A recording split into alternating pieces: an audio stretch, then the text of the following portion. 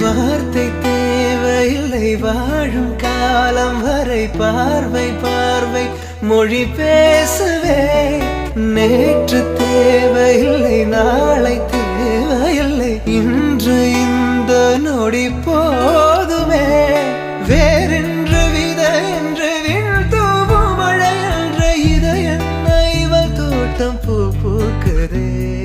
வாலின்றி போரின்றி வலிக்கின்ற யுத்தம் என்று இதை என்ன இவனுக்குள் என வெல்லுதே